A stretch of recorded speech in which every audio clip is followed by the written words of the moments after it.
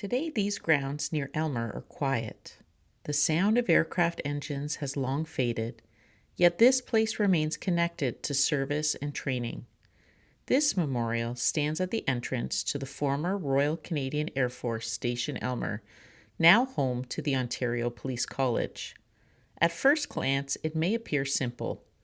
A rotating metal wind marker, once used to guide aircraft at a wartime airfield, stands beside memorial plaques, remembering those who trained and served here. The plaques honor the thousands of aircrew and support personnel connected to this station, and remember those who later gave what they describe as the supreme sacrifice in defense of democracy and freedom. This memorial marks more than a former airfield. It marks an important place in Canadian military history. Many people pass this site without realizing the history beneath it, yet these grounds have never stopped serving. During the Second World War, this was RCAF Station Aylmer. Today, it continues as the Ontario Police College.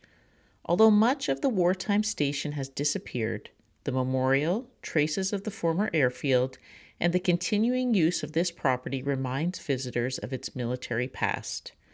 During the war, these grounds prepared airmen who were committed to military service. The mission has now changed. Today, they prepare officers for public service, but the commitment to preparation and responsibility remained.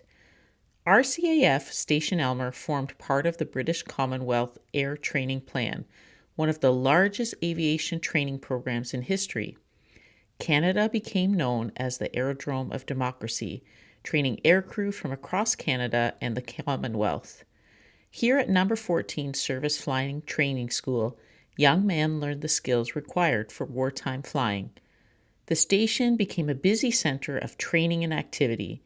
Training involved navigational exercises, classroom instruction, takeoff and landing practice, night flying, and the discipline required for wartime aviation.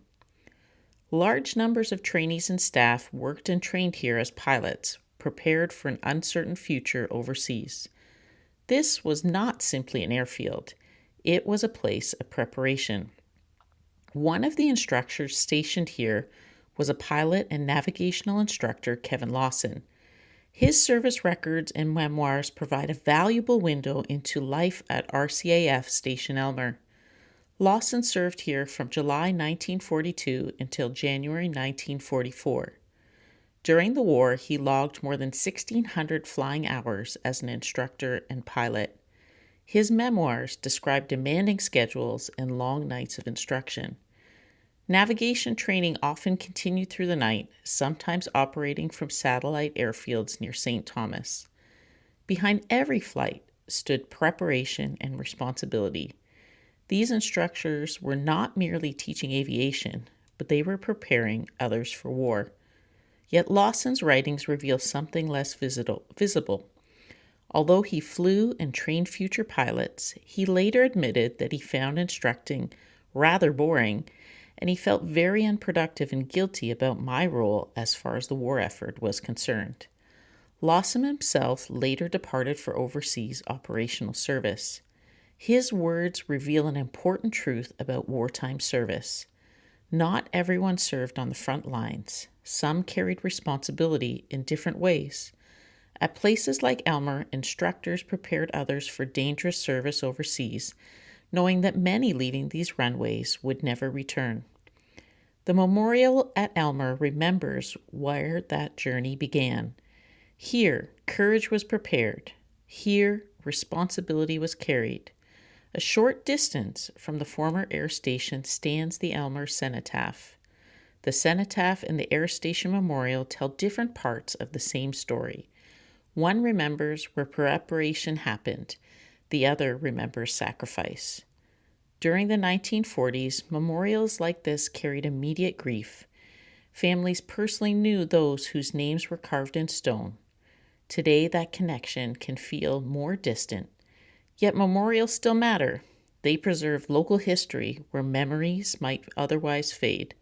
Veterans, too, help carry memory forward through their stories, service, and witness.